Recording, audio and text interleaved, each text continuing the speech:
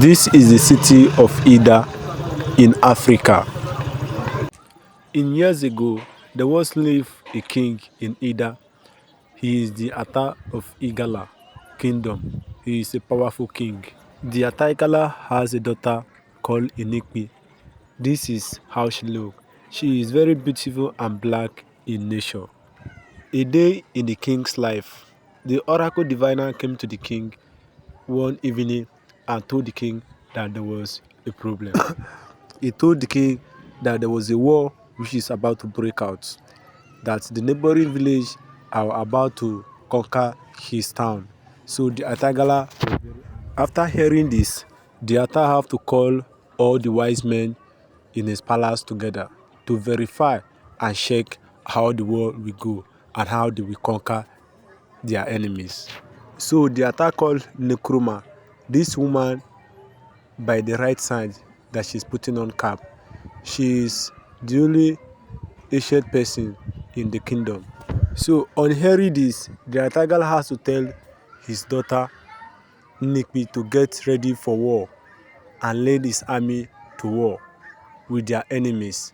So Inikbi, the daughter of the Atagala, got prepared and was ready to fight the war in amnesty.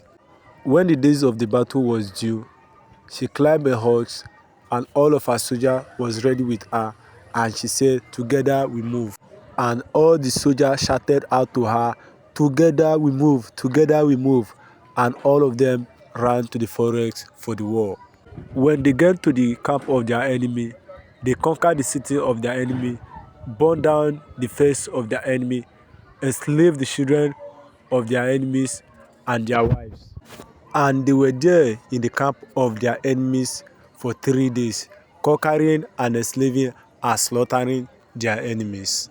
When the battle was over, Nkrumah returned with all the prince of war and the princess of war to the kingdom of the Atangala. She now becomes the first queen who has led war in the war front and has conquered ever since the creation of the Igala kingdom. She becomes the first queen of war.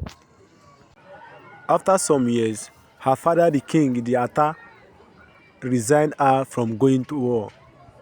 And Iniki was very angry. She loves going to war every because she has decided that the enemies of her father's kingdom will not rest until her father is resting. So she was very angry when her father resigned her from going to war. After the war was over, the Igala kingdom and the Ida kingdom now becomes a peaceful and a good trading place where people trade many things. There was a day that the princess was coming from the river and she has been struck by an evil spirit in the river and she was going home, was about to die. In 3 days after, the princess was dead, was in her memory. So after the death of the princess, the people of the Igala kingdom and the entire people of Ida now have to set up a bruise in her memory. And they call this bruise the bruise of the princess inipki, where all sacrifice is made to her name every year. And it brings peace to the people.